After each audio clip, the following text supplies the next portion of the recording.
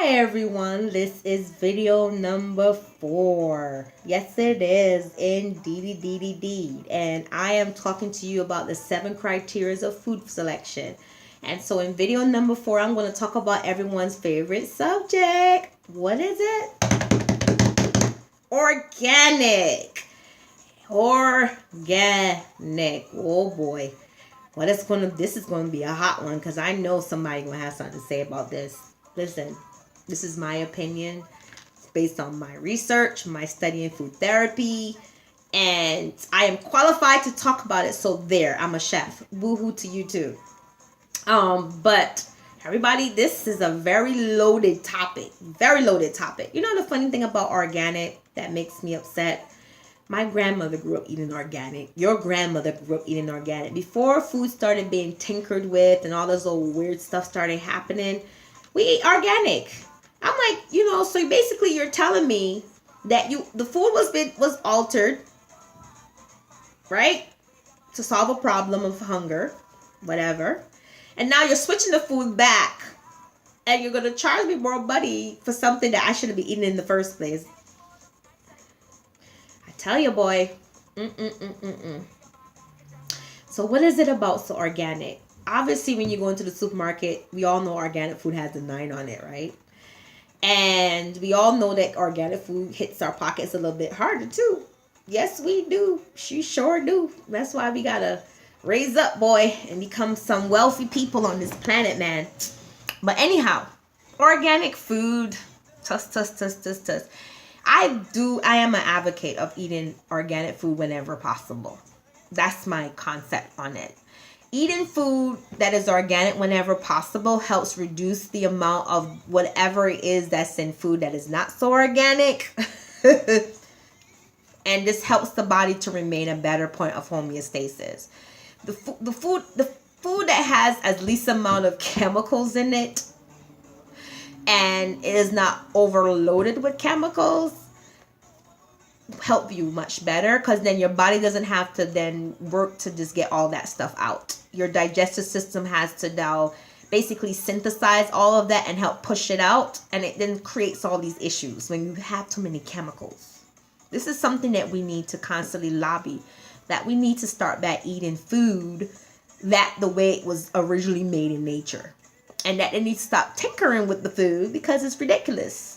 And that's why I said food is spiritual. Let me tell you something. I made a video about this before, but my theory on the whole concept, and I had a friend who actually worked for Monsanto, believe it or not. Yes, she did.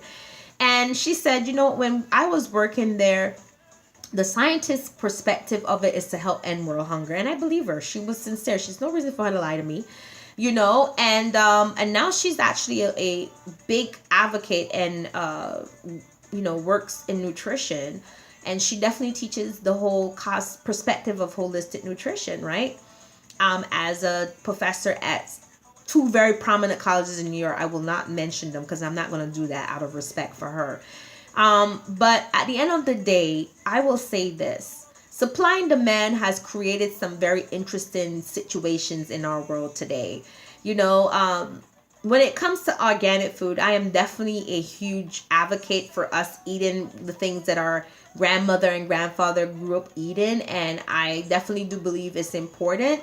But at the end of the day, I feel as though if you reconnect with your farmers, whether they be an organic or conventional farmer in your local area, I believe with all my heart you should reconnect and understand how your food is growing, the state of the workers, the state of the land, the state of how people are feeling, because at the end of the day, all things are energy. It's all just energy. And if you this subject is so controversial, it's not even funny, but I just feel as though there's a list called the Dirty Dozen, the Clean 15, which it has the lowest amount of pesticides. But I want to say something. Organic food has pesticides on it too. They're organic pesticides, none the least. But my whole thing is, are we standing there when these quote-unquote organic farmers are spraying these farms? Are we standing there when they're shipping these organic quote-unquote food from other parts of the world? We're not, And I'm not saying that these people are lying to us. I am not saying at all, because I know the difference and I taste the difference in many different types of food. But I'm saying that something really needs to be checked on a really serious heart level. You know, we really gotta start back forming some communities. And I'm a big believer that if we can all, I believe the beautiful solution to all of this is if we could get a couple of local farmers in every neighborhood, and in those more heavily populated, you know, urbanized areas like in New York and California, that there's, you know, Manhattan really doesn't have anywhere to put farms. I'm like, there's a whole Westchester is plenty of land up there, and you know, let's have a conversation about this, and let's say create some solutions with our food and re-engage. You know, healthy food should not only be for the wealthy. You know, and that's how I feel about it. People shouldn't have to have a large sum of money in order to eat well, you know, because everybody cannot necessarily at this point in time purchase all organic food. So then what do? Well, some of my keys is to tell you, you know, download the app, Dirty Dozen Clean 15. Try to stay away from the food that is on the Dirty Dozen list as much as possible if you cannot afford it organic. Or, you know, still a big advocate of praying over things. Wash it off, peel off the skin if possible. I mean, you can't clean off the skin off a blueberry or a strawberry, you know, but eat them in season. You know, if strawberries are not in season in I can't remember what time of the month they are in season, but I know usually in the winter, don't eat fresh strawberries, buy frozen ones, you know. Start to, if more and more people ate in season, which I'll talk about soon, and more people engage with their food differently, then the supply and demand will have to change, because now we're talking business and now we're talking commerce, right? And so as a result, our food would change, our whole system would change, and it will be far more effective than constantly arguing with Congress and arguing with the FDA and arguing with people. Just start making better choices. You might not think it makes a difference, but it sure does.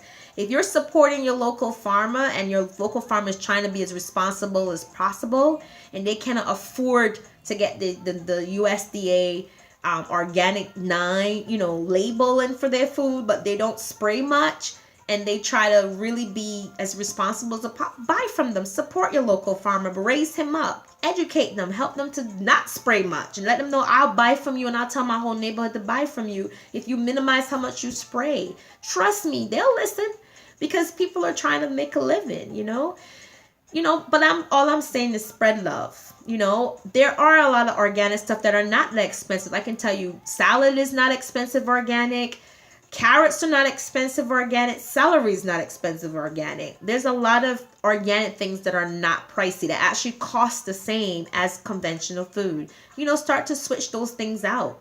You know, join a Costco or somewhere, you know, where they sell these things in bulk and you can get a lot of them, and for a reasonable price. You know, I usually buy organic salad. In the supermarket, it costs about almost $4. In Costco, you get the double for the same $4, you know. But, you know, just gotta check around, pray, you know, do your best. You know, and just keep putting forth the good energy, make better choices, and as a result, everything will work itself out. Thank you guys once again for joining me. This is video number 4. We are almost there, guys. We have 3 more videos left on this 7 criteria of food selection. Thank you so much for joining me. I love you greatly. I honor you. And I will be talking to you soon. Take care.